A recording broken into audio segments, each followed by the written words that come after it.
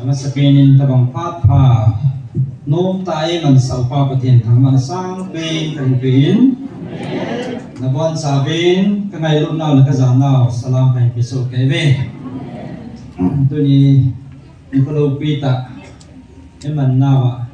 lung lu ta ni bon sabin pan ila su kevin phat hi hung so thim ta jong le tu ni hi het thim du he ina ana ke no bo he tin nom ta aban phat he evangelist no hom la yin phat he eman na lai de he ti chu tip na kan ni hen tin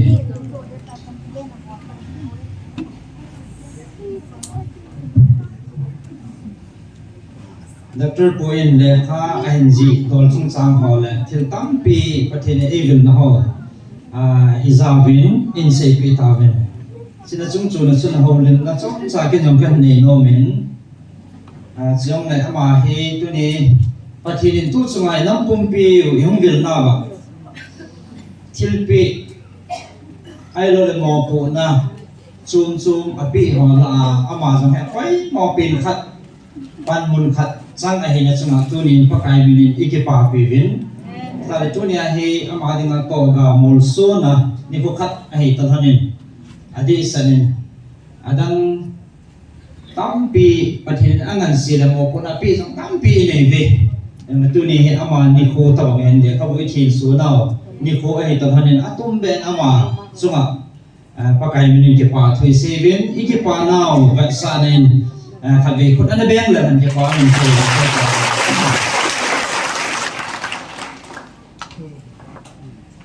thubul lang thosim hi cham cha tu nin ken jong ka sei do kam kan sei do no men abon en sei do han ni thong keng sei chai lo du hi tu chunga gal hi ke ho het na he ning kum me tree ki panga hi he no hin chỉ hiện tại sẽ gal kêu cái lubin thằng gal gal zong này thì chú atam zong ihe nó tao này thì thằng gal pin bang hi mấy chuyện mà sang bia thì chỉ lại muốn này anh cái sát pan này tai thì tụi mình pakai mình cái phụ to nó mình cái chỉ ta hết thì mình hiện May April 26 là cái chỉ ta cái chỉ structure đi thằng gal không dừng đàn tu sửa họ không dừng pan này tai Ichi masanga pa dahi, ichi masanga pa na zong hi. Ahong kepat na abul ti ham, ahong kepat na hi sot pi thai za ham khat masanga. Salai muna ko pom bi ho adi da evangelist nu ka ke hin.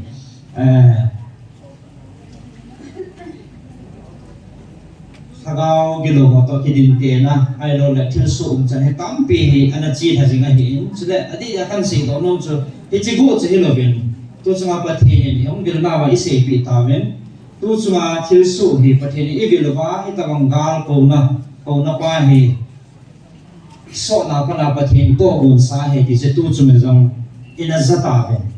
koi ma ban mi hon jong ban ki hon jong ane het lo ai banga pathin ni to gun na koi sa ichi koi nam koi chunga hung diham di hi koi man ane hello ana lung dong ban mi te jong Asa tu chunga he che pathin to gun sa chu azot pa apal pa ne he be ti si phun do pi men pathin thang ba na ti chi chu hong chang sa na tu chunga he i ho hang i ho nam i ho pha chunga hong thong he ti che thu si he ho nen sei la han hong sao he ding he ade den evangelist no pathin a hel pui pon na hen man sa na ho he tabang thil su dinga ama jong alam pi a ana pui a ana man sa pi ani tan ana bun sa he tan sta le man tam ta pathin ni piu bol hang robat ne robat jong he atu sim jong atam jong ne he de tan pathin ni bun tu sai na koi piu he tichila chu pan la ding me ke thu pi dinga ke jong pathin ni lam chu cho mai na pui no hai to in se la sa ven tin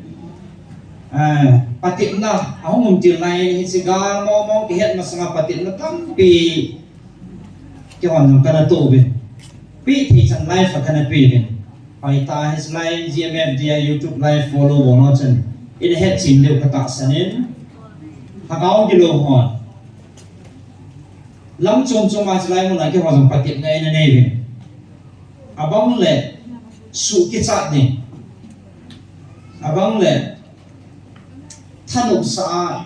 hau sat na le ai lo le lam chom chom ma hap ha ding patit na chom chom ke hozam ina patit mu ven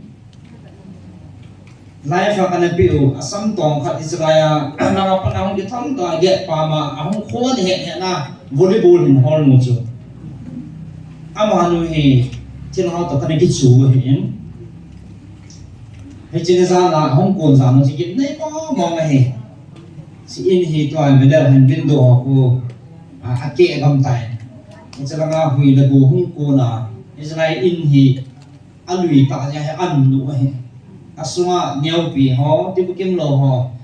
si to zan kham lai chu evangelist no to common room a kyo si pakin no khom rin building Halloween hiti chun chapa ho aki chata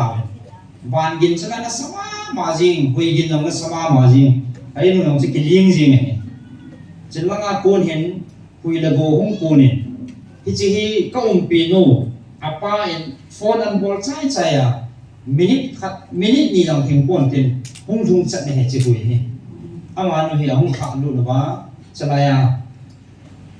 alo na ji he lo phat ba chalaya hung tha lu ba nung pui the hi ta lo sa da ha da no he a kin nung leo hi a kho pha ko no han mo la he thi lo han an mo san bo lo he ma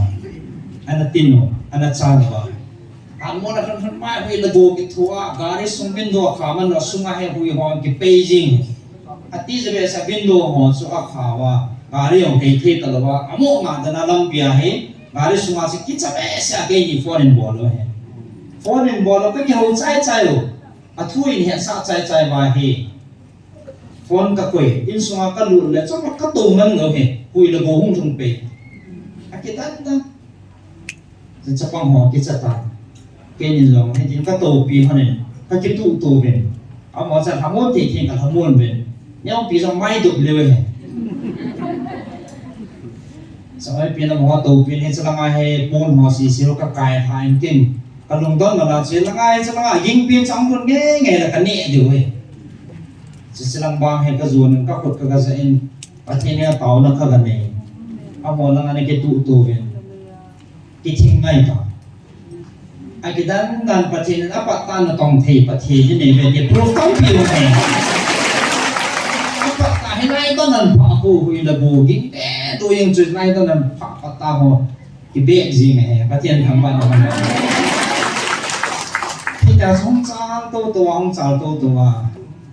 hui môn làm cho xỉm hồ hui môn lên luôn na hình to ha bạn na cô pro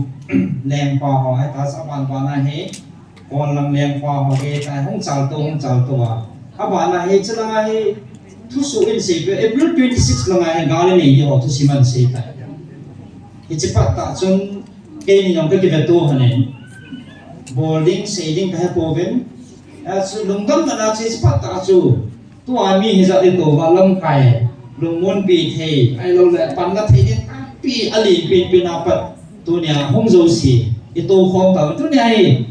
thiên thiên asay nga ke mo dinga lunggim na ai lo le he che patta kana lunggil gel ho kana ke sondal ho so tu nya pathin dal no za la be tai pathin ka ta ke chi su patta kana lunggil ho so tu nya kana lunggil la na cham lo ke ve to han tan sa pathin ngan si na bi hanin ko ding in bi han ta adi ya thing noi lam kai ho bo ma sat de so a ha sat dan so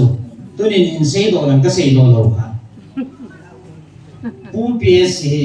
President Pang he cái này cái một khâu về tạm mẹ này, India face to face à chỉ bây giờ cái bọnเขาanh ấy cái một khâu về về, evangelist nó mà ai là thằng về in covid cái gì hết na, cái chỉ tí lâu trước cái một khâu, lắm cái liền mới là làm cái bộ chỉ cái này cái hộp phụ gì mà này, anh ấy chỉ mà cái do cầm bài mà cái ta phát hiện na tổ đến gì bên cho cái gì bị họ này gì na. Ai là hết chỉ in sapa làm hết pulin ô thì hết số Kevin, aman hết lại tàu nó hút hết gan salam cái nọ ta ăn sa cho bát thiên này hết sa tổ sa hết cái tiền nô mình này na,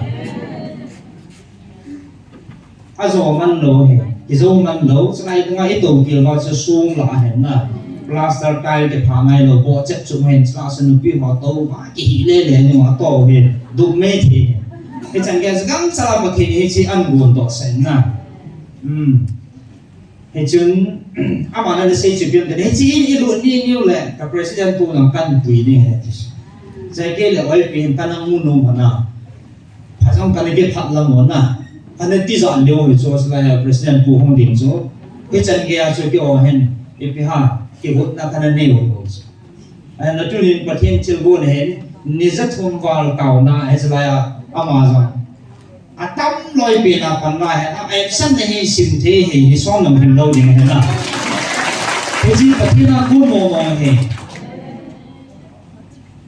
ที่เห็นที่พลังปุ่มปุ่มมากูที่ไงเสียอันจะกันกูตาเว้ที่จะน้องจ่าตัวนี่เนี่ยเด็ดเมย์3 4 5ปีลำจงพุ่งตัวแต่ดร.เฮเกนฮีตัวนี้อาจจะเห็นอาศัยดังกระดิ่งดร.เฮเกนฮีที่จะไล่มันห้องทุนมาสักเปลี่ยนนะฮีเด็ดนี่กุมเมย์อาจจะไล่ห้องวาลุมาสักเปลี่ยนนี่3 4อาจจะหาบ่อยบ่อยตาซะที่จะอามาห้องวาลุดันทุสิมฮีอาจำลำตา$8 APC ang badur kaum telan na ngai lu ji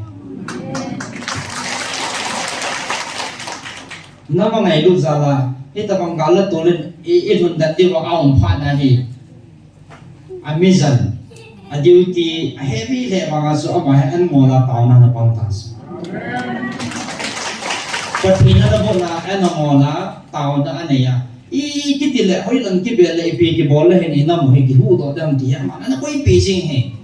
thì cho nên ta chỉ là bật thì này ta bằng là cái đang tao ấy thì he mà ăn giả phát là cái phôi chỉ là ta không vào được này cái thêm thằng mà ta sana không gì thì đâu he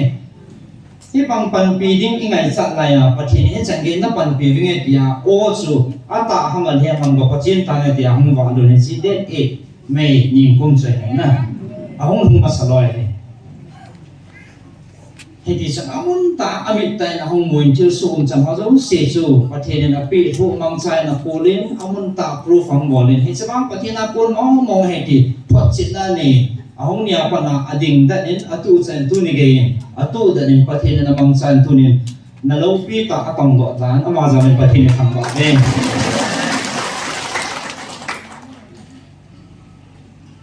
khi đang ta khát chế bị hâm thì lẽ quay màn dòng hẹn lâu cái hoàn dòng hẹn lâu cái họ có màn xây lâu ấy thì lại muốn điểm là thu thì hầu hết xã hội ra lắm thành là start nhiều cần na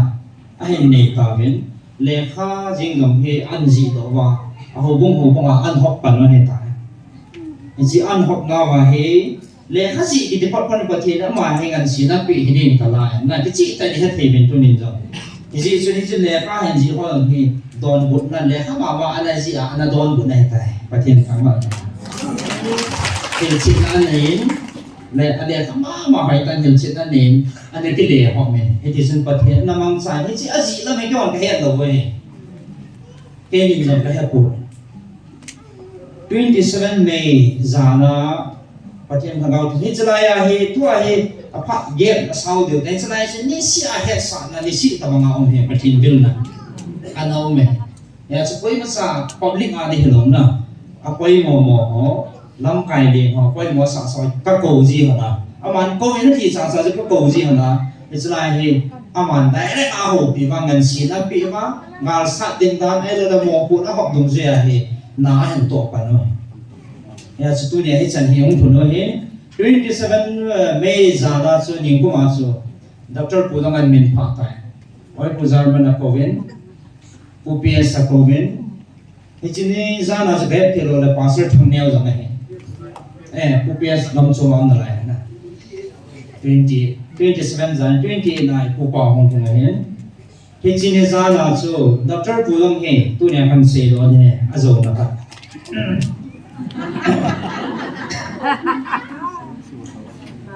chẳng ai cái họ chụp phong mà các tổ vậy nó cổ thì các ta họ này thì các cổ mà anh biết biết gì mà hiện tầm lâu tầm cái số khá tầm tận à thì ai bôi gì hiện tập trong hospital làm tập học gì à rồi ก็โกงกันได้แล้วโอ้ยจะสมามาใช่ไหมมาเฮ้ยห้องเตะไอ้ไรนั่นพาตั้งอากิมละพาแต่บางอันกิเสียไอ้มาเนี่ยไรอ่ะประเทศเราทุกคนเนี่ยห้องนายสิห้องนาย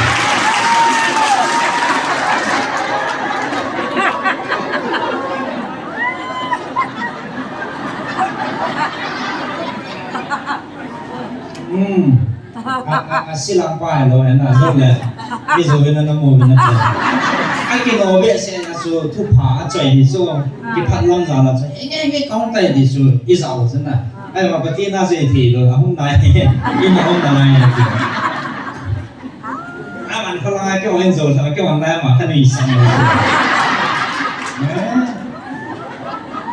ai le kang na o le gin sa sa hong ga min na ge nan pha a se i na dia nan patai tu nong rung tai le ya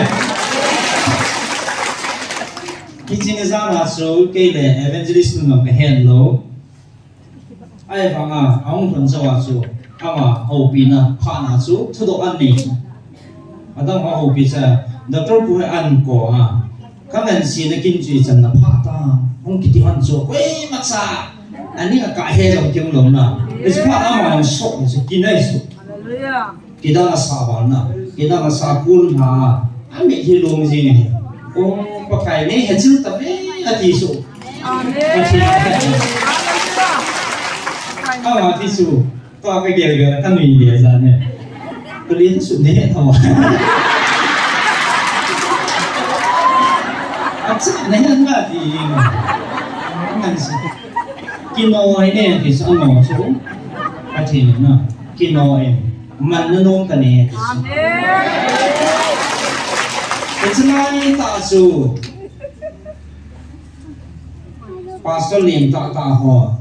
le ha ji ba a hok thang nai ta it's nai mon ta san lo ding dem na thu a hok nai ta thang nai ta ke ni pha jong kani hon pu a don bu thi na ding chi na thip nyang kani hon pu mo tha ka thu jing han ne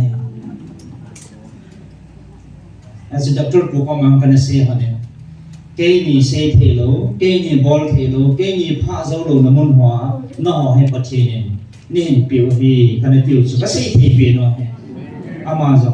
Apple, này hi nó cái gì đi hi,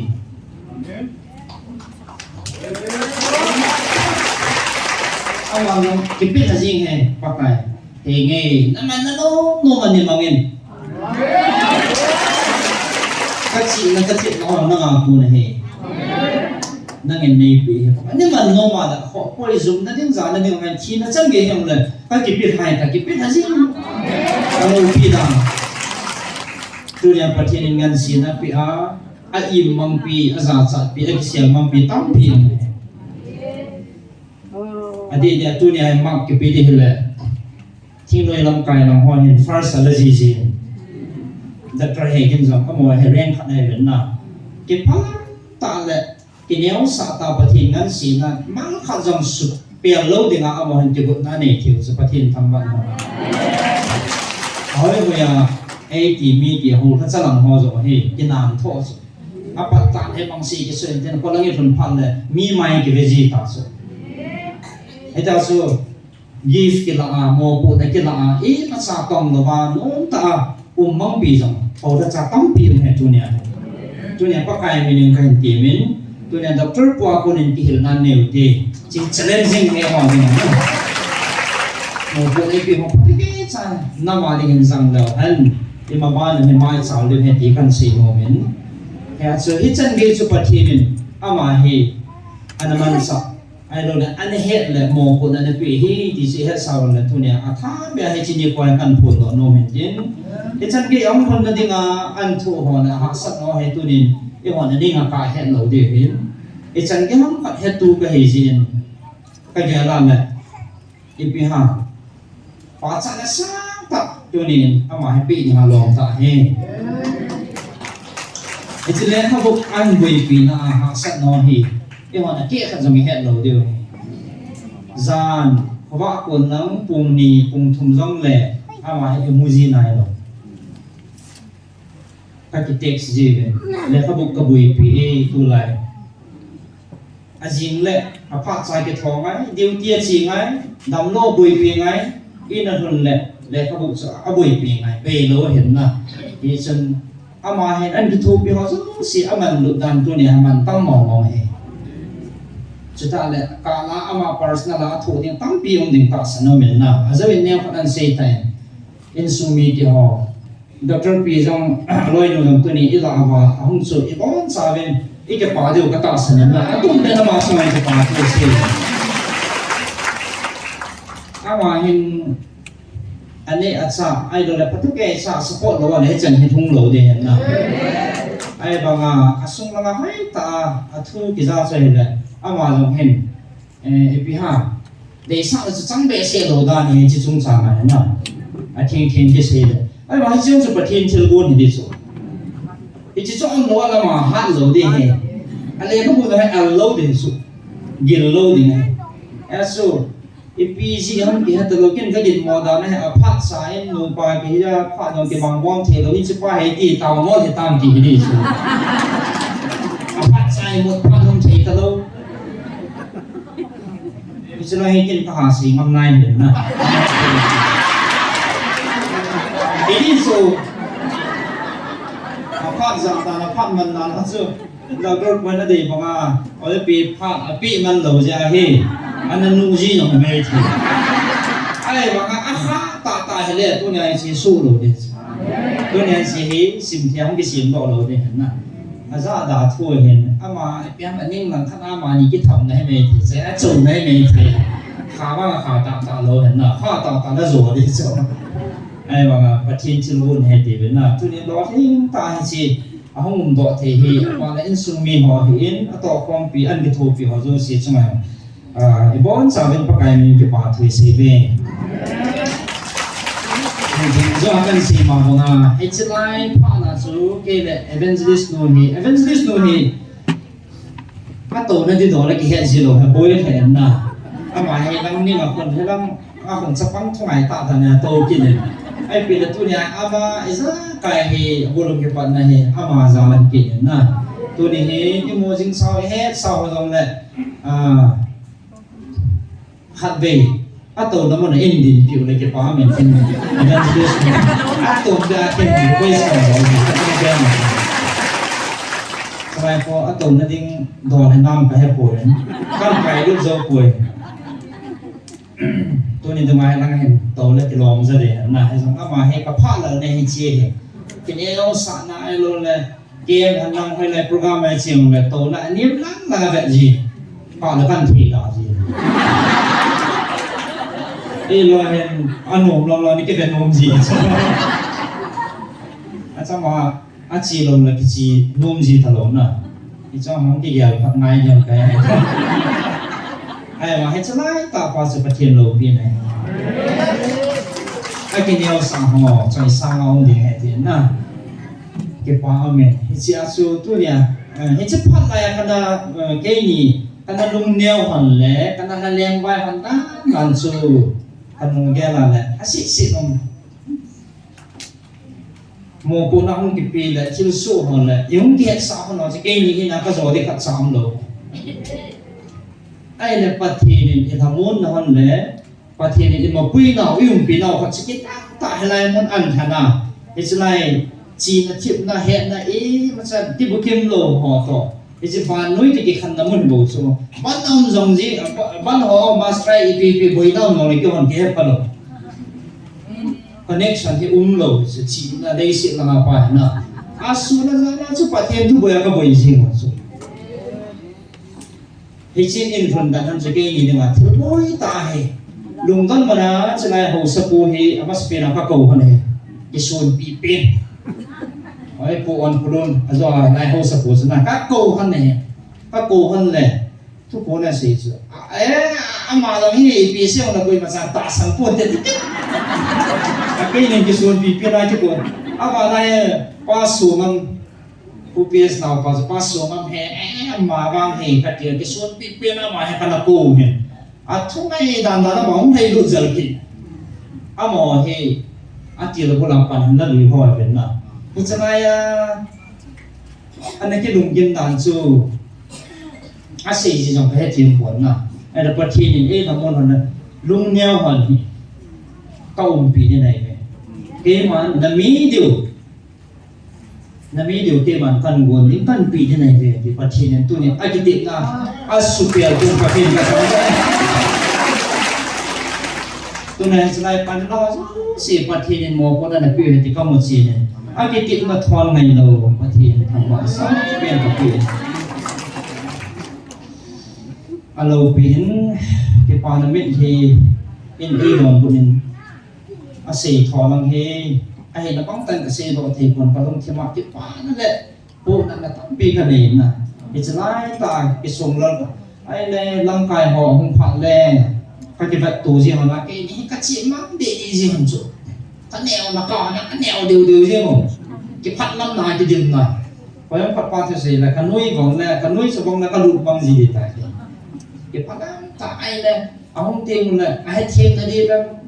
ไอ้เทียนที่ดีแบบมีเปียกเยอะดีแบบไอ้โลเลยผู้ชายมันหอบังชาลิ้นแบบนั้นกินเนื้อโลเอาโมลงมาเนี่ยพิสการชันมาโดนอันโมกับเดิมจริงมันกินยังไงประเทศนั้นตัวกินอันนั้นใช่บ้างอ่ะเอาโมจริงๆเลยลองไปว่าไอ้เหี้ยวิ่งเจ็บยิ่งสุดละ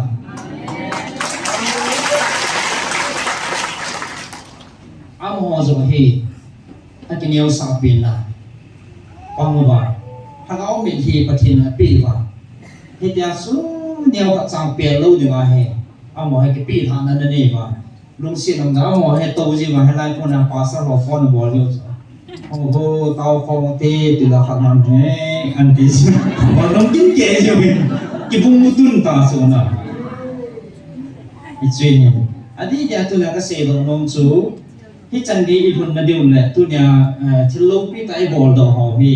เฮ้ยนี่ฮีน่าสู้ต่อเจ้าลูกดิ่งปัจเจนินที่ตะบงเมื่อมันตั้มตาไม่จริงไม่ทีมลำไก่พ้า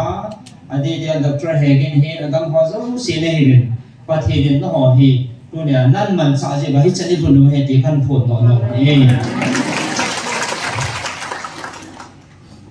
จุดท้ายเลยฮิจลายฮิฟอมจ้าจ้าในที่เห็นประเทศนี้อาทิตย์ก็ทองโลดันซูอาจูติงเลยออลโมฮิอันนี้คิดว่าซีซีซูมีตั้งเพียรจะที่จะห้องจ้าหันในที่เทียมตามมาเลยมันสร้างเรื่องนั้นสิเฮไอ้บางอาปัตตาสกินิมันซาบอลที่กินเองเลยอันนี้คือปุ่นได้มีที่ลงอันนี้คือตาวเองไอ้เลยอาจจะมองสิ่งเปลี่ยนสิ่งที่ตาวนี้จีกินเองบุตรนั่นนะสตาร์หอมพานาเองไงไอ้เดี๋ยวลอยหอมตาไอ้สิเดี๋ยวหอลาจะจิงที่ดอกมาจนปีสี่บัมจุดเลยมอบเป็นโอตีจุดที่หาเดมเบสเห็นที่ประเทศนักปูนเฮียเลยห้องขังโตเจี๊ยนี่ไงประเทศนักปูนเฮียละวันเลยแต่ก็นับแต่นี้เราเลยมิดตันเตียนเดียวสิตัวนี้เห็นจะสมองบางท่าอามิดปุยอาเอลเจเจนะคำโตเจเจจินประเทศนักปูนมีที่ตัวนี้พอจินที่ตาเป็นเป็นจินประเทศคำว่านี่คือเรื่อง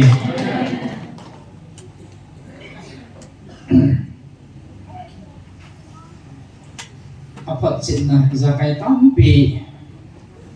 จะไล่ห้องคงว่าเห็นอัตุยนะช่องอินเตอร์ตาเป็นอิจฉาทางเอาเวลตีคอมให้อิจฉาก็บานตีหลอนนะจ๊ะน้องน้ำปีดิ่งอ่ะข้าปังเหสตาร์เนี่ยห้องหัวดิ่งอ่ะอิจฉาเนี่ยห้องหัวให้นัดตู้นัดจ้าขังซ้อนเนี่ยพัดเทนัดสันเดียวให้ไอ้นั่นเราเห็นดามาที่ห้องหัวจ้ะตาสั้นตาก็กอมเห็นแบบหัวอันเล่สิ่งยาพัดเทกระบูดิ่งให้ที่หัวสุขเทน่าคนอ่ะตั้มปีสาวเป็นตู้เห็นพัดเทน่ะอาศิมปันหลังน้องตาเมติisim mama ve chai mun na isim bin in sung tam pi tu lai ke pa thu se lo then na mai cha mong ke to jing chin na pathin thang wa ne pe ve a chai ni ding se no tam pi na la pha kong thong min tu nia tam pi pan an la khom na hai jong la adi din pathin ngan si na ki chi ta na pe dr hegin in hitan gay pathin an to sa na chunga hen ibon savin ikipa su kevin ipa ga sanen ministry la ko ne jong ipa thilpi คันไหนโน้มาเป็นนั่นจะสโนว์มันจินอาเซโนเป็นมาอันจงละว่าเห็นเสียงจินทิพย์นะคันไหนอยู่เนี่ย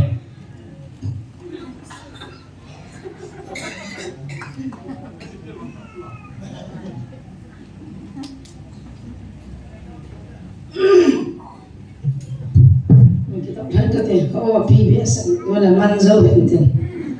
ที่มันกันมาพี่กันฟอนพอกันกันนู้นที่ฟอนเลยปานี่นะดมเลยอย่างที่เกี่ยกันที่ละนู้นสิ่งพลังกับหัวนู้นเลยที่เกี่ย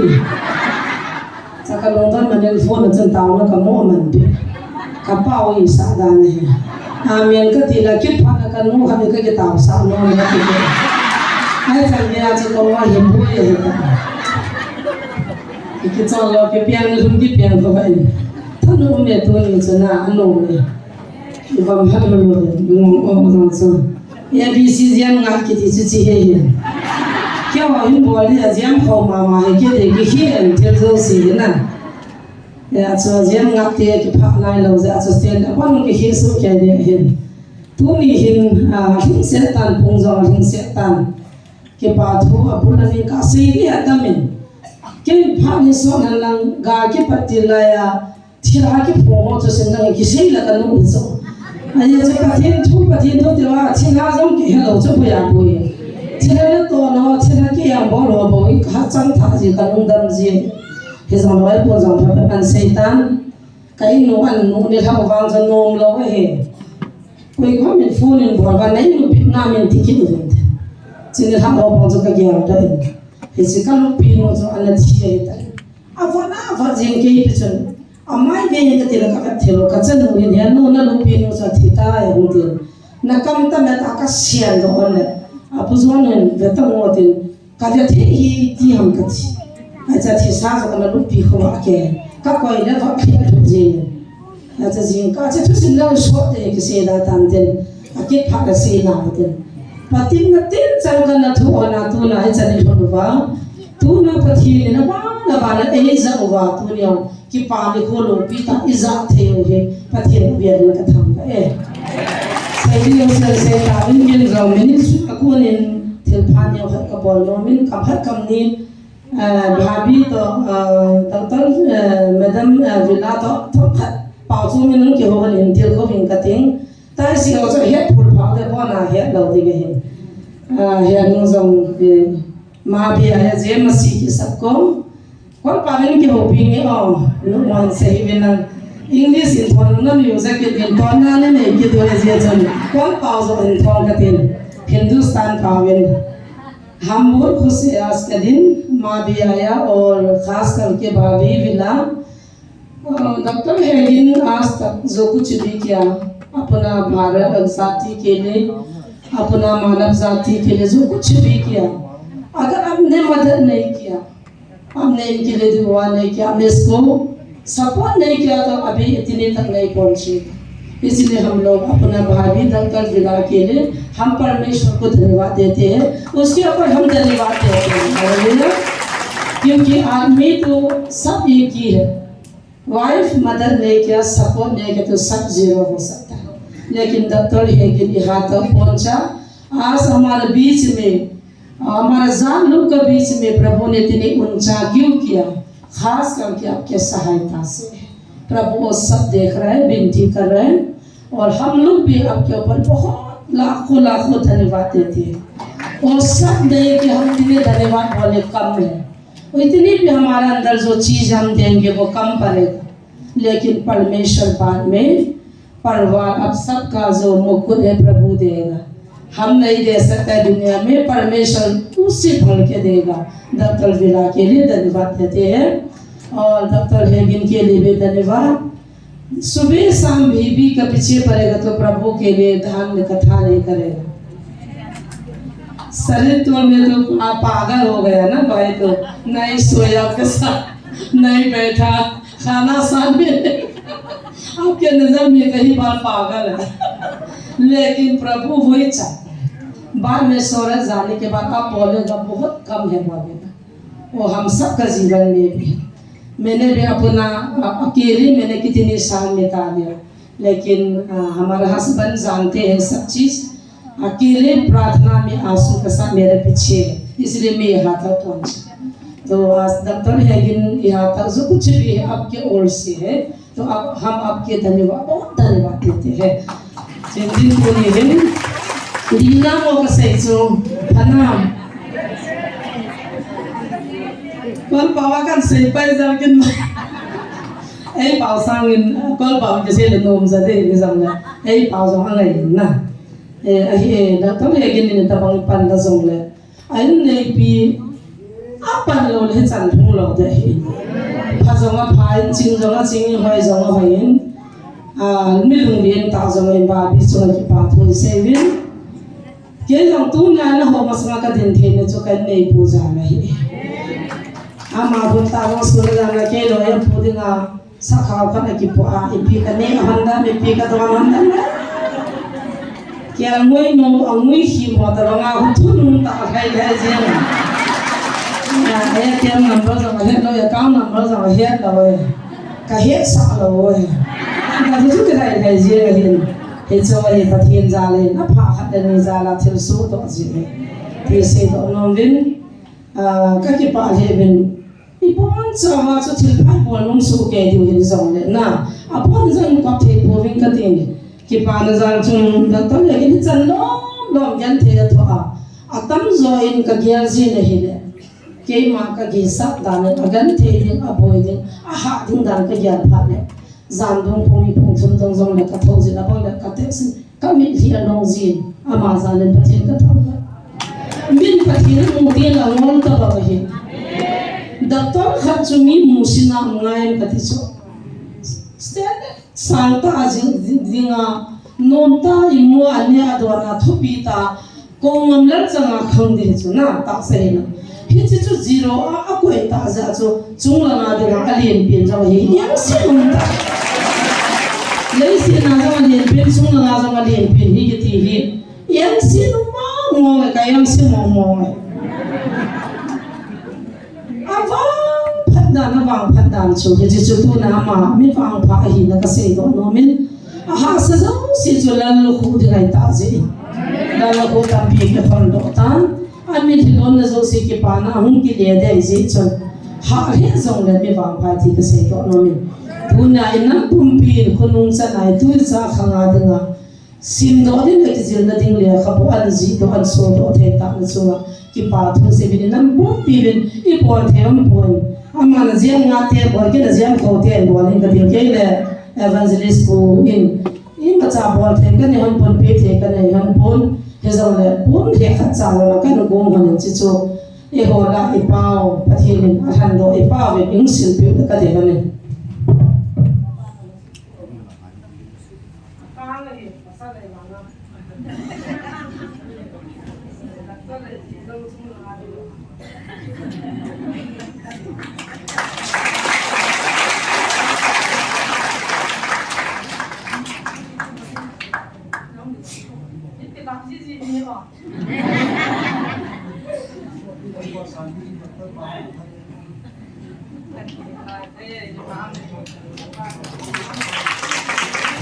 ये बात अभी आएगा हमारे पास मैंने बोला ना हमारा भाषा में ये ABCD स्मॉल नहीं मालूम है मेरे को कैपिटल मालूम है इसलिए कैपिटल वाला का एक शॉट बोलवाना चाहता है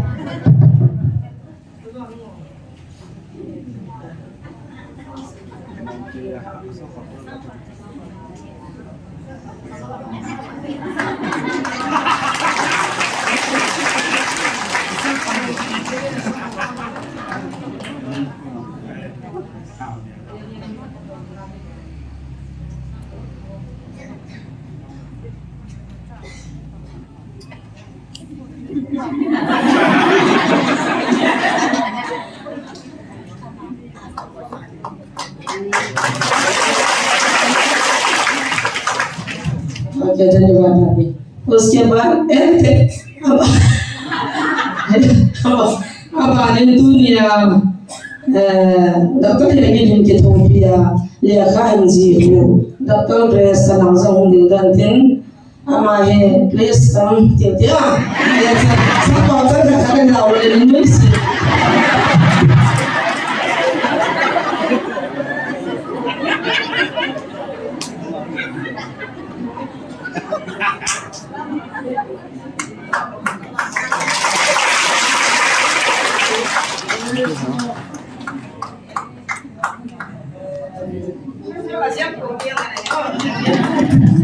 panin ni dam lai hi le e wan ali pi na za so pasal pasal Manipuri papai ko bu so lem khat pio ti di u cha asian de device ali pa de ni jang ji pasal panin din pe ben tin tu ni kin tin pu pa ama hi awa za hat no ngeng ha ne la long dam dam mes ke di di ji le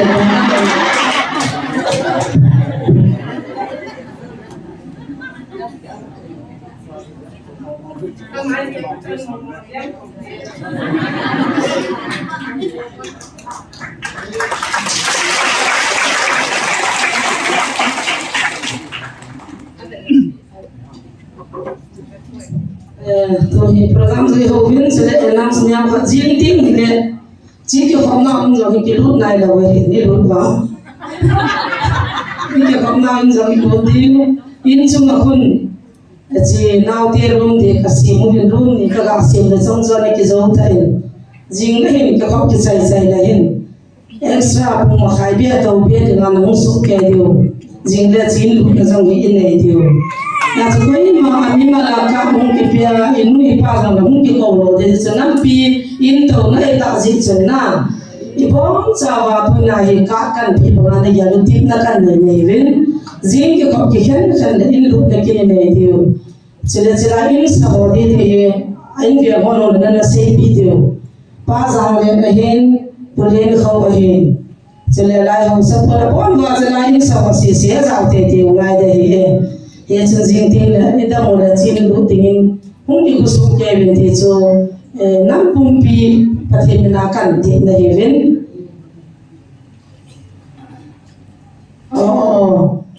doctor he ken no jong phak som phan man mon da le na azin mon ka ti tai le ka na ama phat pi ti pi cha cha ne ta la ka man le ki khan di wai tai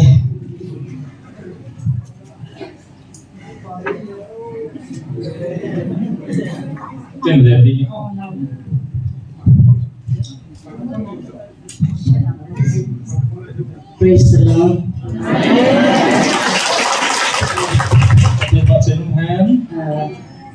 I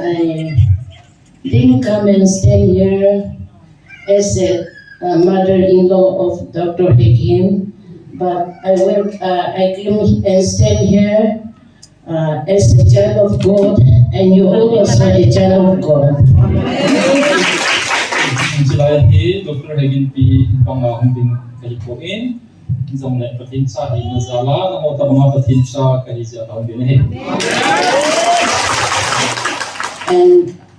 when I see these much faces, without telling any word, if I go to Kohima and tell to the Naga people there, what answer I will give? But as I came and sit here, the Spirit of God urged me so much. Mel kitang hiza kamun nga masiselo kinung yahile kadama naga kamite kumai ti kaseding ham ti nunggili kipein imakasay iham katasay ti dingin hagaw puna katsang. So when these our people to start, I just want to tell, because there is no time until very short. When I came to this Charatampur and sleep here in my son-in-law's house, the very day the Lord came and talked to me that you have to pray much because there are so many trials and temptation are coming. Kami na si Dam Kasuchan Pupapia ko nga tupa inagadichun nahataramay si kamahi at matang kinuli hasan ang kumbingahi ti so the word of God says, even our hair is also crowned by God, and without the knowledge of God, even a single hair will fall down. Patin tu ini tinasin isang tanzo si upatin simsa ko ini ama kamano katsang kinoling ini. Praise the Lord. After I came and here to close my eyes, something came and talked to me is there. The first will become the last, and the last will become the first. Praise the Lord. Kailangan na ito nga kami kasi na katawagsun, kalung timatsun, tuwangin, ama sa sun, kaapang nga, ang katsong salimiti. So, I have a Bible to read for you, but there is no time. You all have a Bible, so you read Psalms 34 from 10 to 17 by yourself. Parang tawazin, simapugatin, Bible ang nakismubin lang, sang som tunggali, sang sumapat, sang som sa gitsan. Yes, when this our Buddhist people, our Christian people are suffering so much, what in Kohima we did is there every fasting, every this fasting prayer house, every church, every denomination, either Baptist, Revival, Catholics, or even Pentecostal church, they were fasting and prayer for our people here. Kulaya, so bibukite, ketina natawagsun, na nagalena, ubong tinin, ang waltaw na kanay zingnaw, pagkahintapi si Mube, Revival, Baptist, Pentecostal, Catholic, kapo, namin ang muling kanatawag. Everyone is sharing tears for our people, that our people here is not alone, but as a Christian, as Christ is the head, and we are the parts of His body. Everyone is suffering together in this one. Ilaya, ini sa ating mga katawag si Mube, ng hobo ni Mube, ay sa Mube, ng hoto kapangkom si Mube, abon sa Uba Jesu Krista zalakan ni Duwahi. So this time, when without expecting, we just came here to CC4. The day we are coming, people said they are checking. You cannot go, but I just pray to the Lord, Lord, you just close the enemy's eyes, and we should go to CC4 if it is your will. Ginsa pa Mube, tuson kahong usun, Jisu nating amihon, kitsa pa may tisa umetiyon ng laki katawin, may mo mamit susuin lang, ang sila ni pulod ng tiyatatin ang tawin. So we came here, when I came here, I see the road coming from Imphal to Sisipur. There are so many checking officers there, but when the driver says, no, the Mera babies are coming out, but as I look unto the Lord, Lord, you just close their eyes, let the enemy does not see us, they didn't come to us. Ang suwachun, sikpo suwachun, meron pa ibiso akong naiziwin, yung sikpo ziwin ng patiling ng katawin, amido, so silpilin katiyahiyahin, ito na yung naidi zipupin. So, our God is a living God. So ni patindi, hingzing patensyon Our God is a possibility God. Maso si Morte, patindi Because the word of God said there is nothing impossible with God. Patindi say, pagkaya di man mahimungkoy. In 1959, 60s, when the Naga peoples, the Nagas, the Kohima peoples, they were also being fight by the army of the Indians. They were killed. There were so many people are killed. So many houses are burned. Even some villages are burned 2-3 times also. Nadin kung sang khadsa ko somali ko le sombuklay bensun India marami hon naga ho anata ubin ana kisapi ubin ko zo avel beli na halo ubin. So the Naga peoples are crying. They were crying together like our people here today. They were crying to the living God, and a great revival came to Nagaland. Praise the Lord. So naga mipi hochu pati na belubin ichiban no pati na bel tabubin na belubin atawubin revival na sa tahal ta agama hochu pati atawubin. So to get a great revival, we know what the Bible taught us not to do, not to go, not to speak, how to live life. In the Bible, it is taught us that we must become a great change for our Lord Jesus Christ.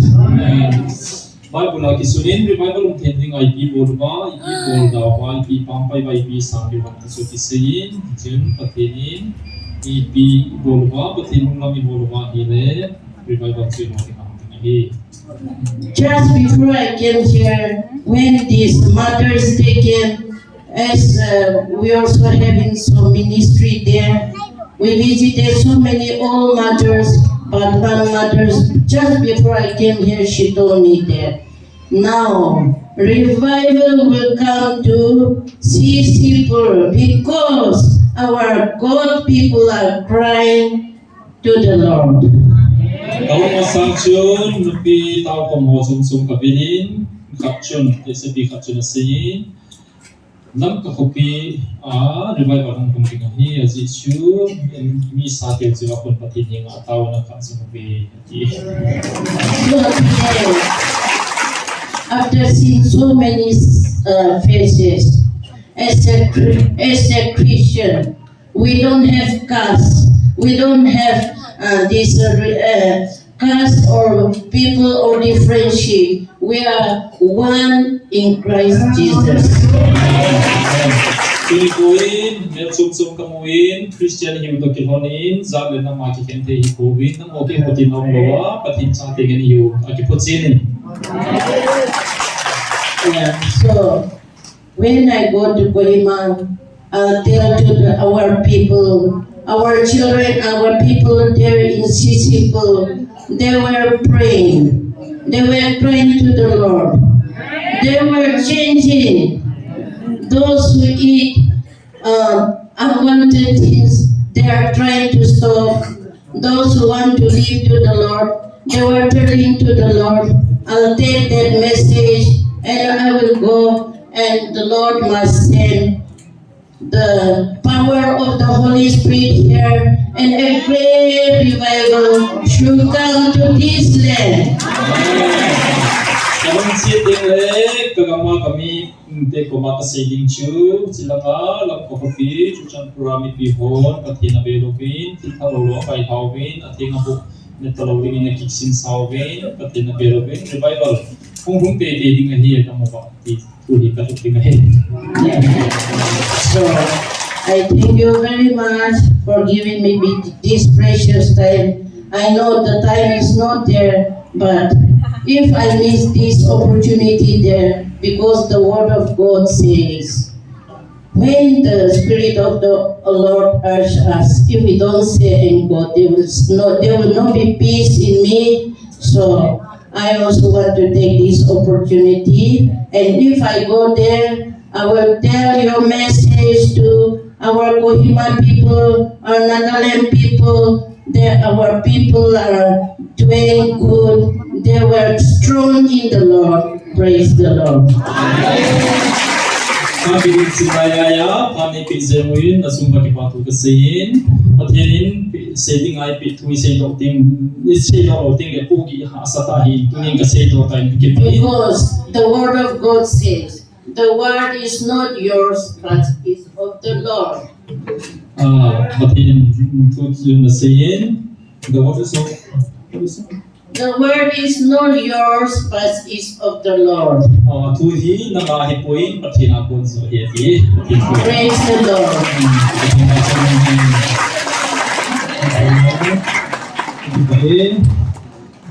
Aki ko sing layu bin tilpe ka pi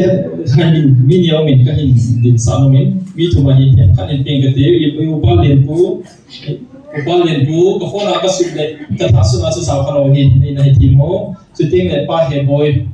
zime dia committee member te ni pe dinga ka koi sa jing ka sei sai so ka su na su ka hin mi sa ka ni no mala ding se te nang mi zong gi pe pit no me